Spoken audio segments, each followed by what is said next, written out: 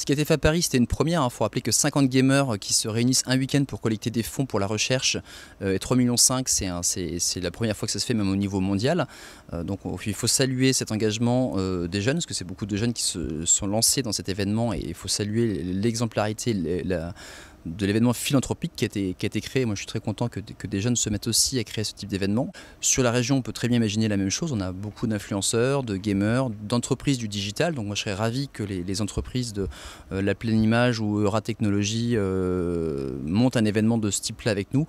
Et on serait ravi en tout cas de pouvoir imaginer quelque chose, pas forcément identique à Zevent, mais du moins dans ce proche du monde digital ou de ce type d'événement. On vise 3 millions de dons de particuliers, donc ce qui est une somme quand même conséquente qu'on collecte sur toute l'année, et à peu près la même somme en termes de legs et assurance vie, et on vise à peu près 1 million d'euros en termes de mécénat d'entreprise. Donc c'est des sommes importantes. On est aujourd'hui loin de l'objectif au niveau des dons de particuliers, donc, sachant que les gens font surtout les dons en fin d'année, donc à partir de maintenant.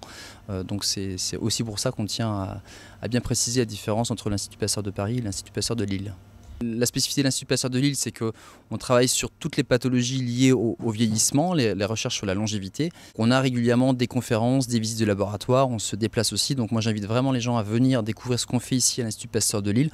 On a un musée aussi qui est ouvert tous les week-ends au public, en semaine sur réservation. On essaie vraiment de montrer ce qu'on fait en termes de recherche sur le cancer, diabète, obésité, maladies cardiovasculaires, Alzheimer. Au travers de toutes ces communications, on a notre site internet bien entendu, mais beaucoup d'événements au sein du campus sur lesquels les gens peuvent en apprendre plus sur nos projets et rencontrer les chercheurs.